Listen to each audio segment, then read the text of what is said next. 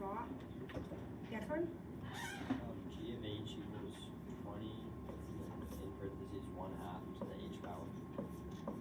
All right, let's talk about that. I love most of that. There's one little thing I'm not sure about. Is there anything in there? Most of that is absolutely magnificent. Perfect, perfect, perfect. He's remembering his exponential format. This is the initial value. This is the ratio. Declan, you want to modify it? What is that, h over 3? It's h over 3. Because it doesn't have every hour, it has every 3 hours. So if we put a 3 in for h, that would be 1 halving, right? Which is what we want. I think that's beautiful. Very, very good. After how many hours will there be only 5 milligrams remaining in your system? Now, let's see if we can logic this out and not like do a bunch of math on our calculators and all that stuff. What do you think? 6 hours. Because after 3 hours, we'll be down to 10. And then another 3 hours, we'll be down to 5. Perfect. After how many hours will there be 16 remaining in your system? Well, that one's not going to be quite so easy, is it? How could we do that? This is our formula. How could we do that? I think it's 16. 16 equals 20 times 1/2 to the h over 3. We're going to need a calculator to solve this. We could do it graphically. How would we do it graphically? 16 as one line and this as another line. We could also do it algebraically. What if we were doing that? What if we weren't going to graph? What would we do algebraically? Divide by 20, which is going to be 4/5.8.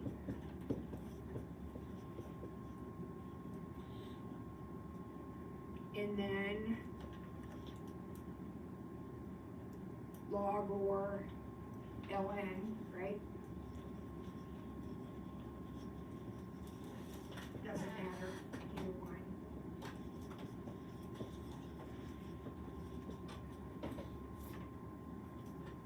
So what's h going to end up equaling? 3 log 0.8 over log 0.5?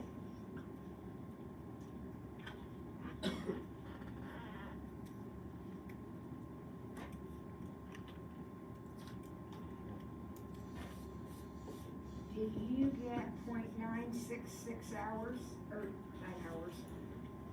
Yeah, is it hours? Yeah.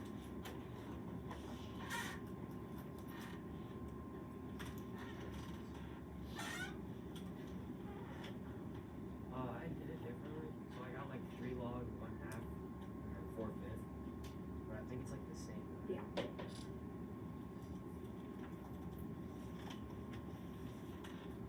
Finally, D, write a function that gives the number of hours until G milligrams of the initial dose remain in your system.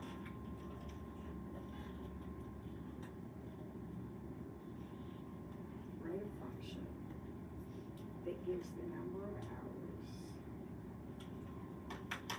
Okay, what do you think about that one? Alex? Would that just be the inverse of g of h? Or no?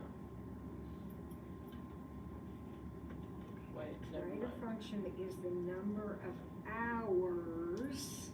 It would be, because this ordered pair is hours, comma milligrams, right? And we want a function that starts with milligrams and gives you hours.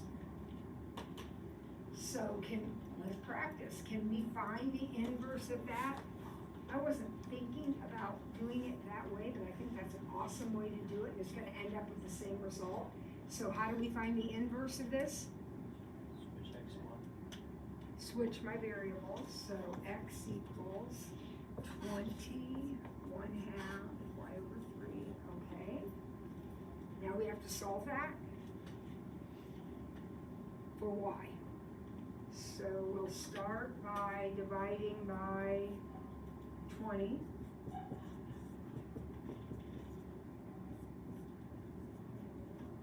And then we will logarithm.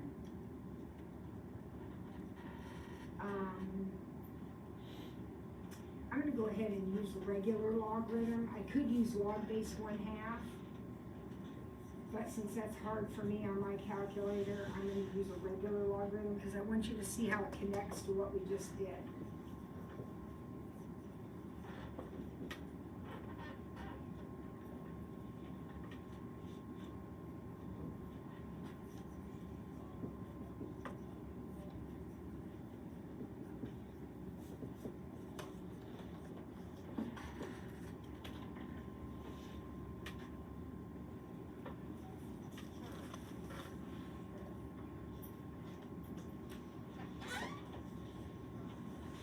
And again, I used a regular logarithm because I want you to compare it to what happened in the problem before. Isn't that exactly this? Where did the point 8 come from? X over 20. And we ended up timesing by 3 and dividing. So it's exactly the same thing. If you used your base 1/2 logarithm, your answer is going to look a little different. It's still going to be right, it's still going to be fine, but I wanted you to see how it compared to what we'd already done. Perfect, great thinking, you guys. Definitely now it's good thinking on that. Okay, finally, number 2. We have a logarithmic function with an x-intercept of 4, passes through point 11.6. The equation can be written as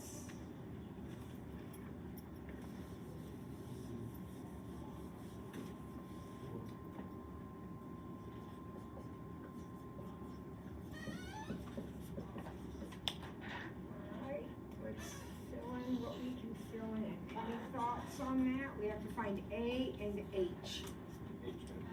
Is H gonna be 4? Is H going to be something different than 4? Let's think about this for a second. In a logarithmic function, regular logarithmic function, just y equals log x, we know that the asymptote is at 0, and the intercept, which is at 1. So if my intercept is now at 4, I don't think I moved it 4 places. I think I moved it 3. It would look like that, Fred, if the asymptote was at 4. Then it's moved 4 places. All right. Contains the point 11.6. Can we find A? By golly, I hope so. Because if we know that y is 6 when x is 11, we should be able to solve for A.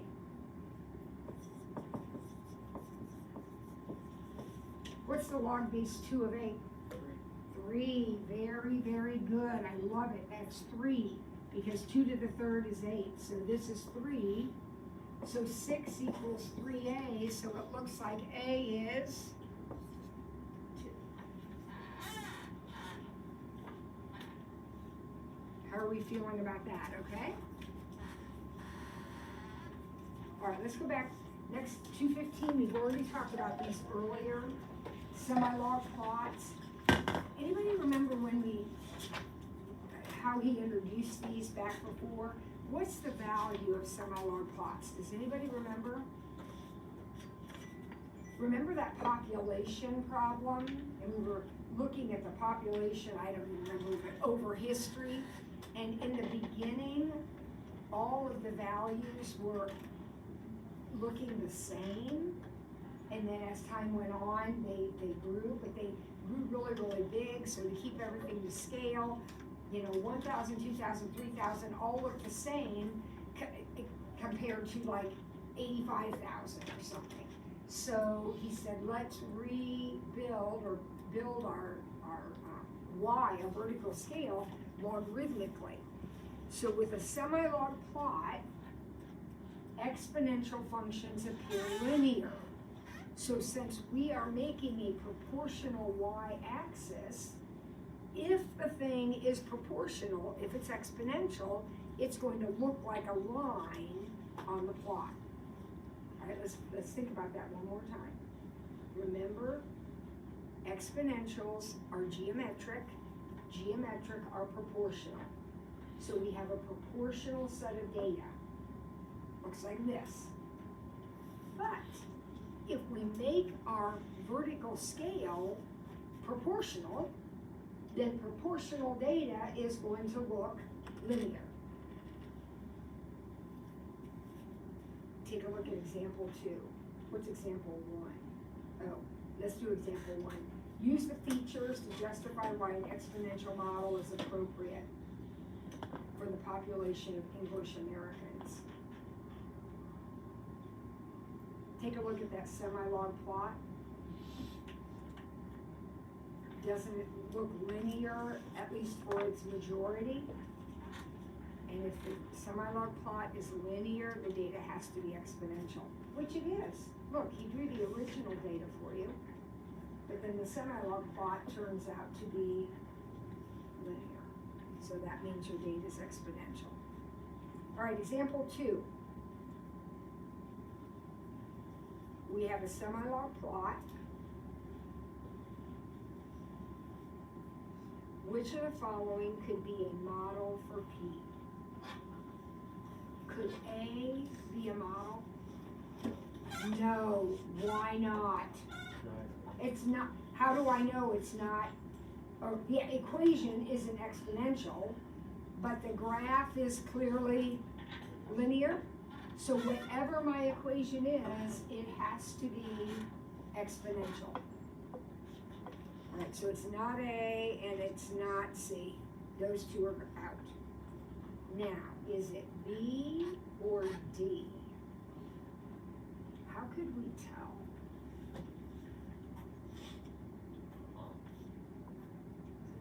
So it's like linear, but it's not like going through the origin. So Well, it's like Well, if we plug in, what the first point we have on our graph is the point 0, 2. If we plug 0 into equation B, do we get 2? No, we get 3. What if we plug 0 into equation D? We get 2, so it's equation D. Now, I picked the point 0, 2, you could have picked any of the other points, it doesn't matter. But it's clearly D. All right, let's do one more, example 3.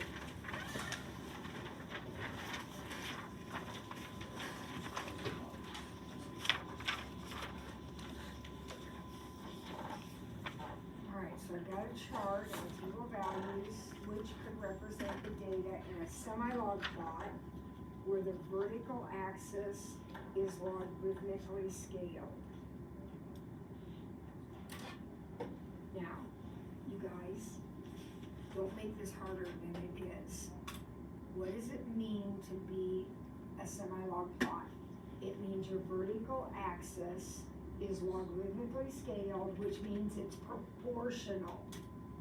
In graph A, are the y's proportional? No, so it can't be A.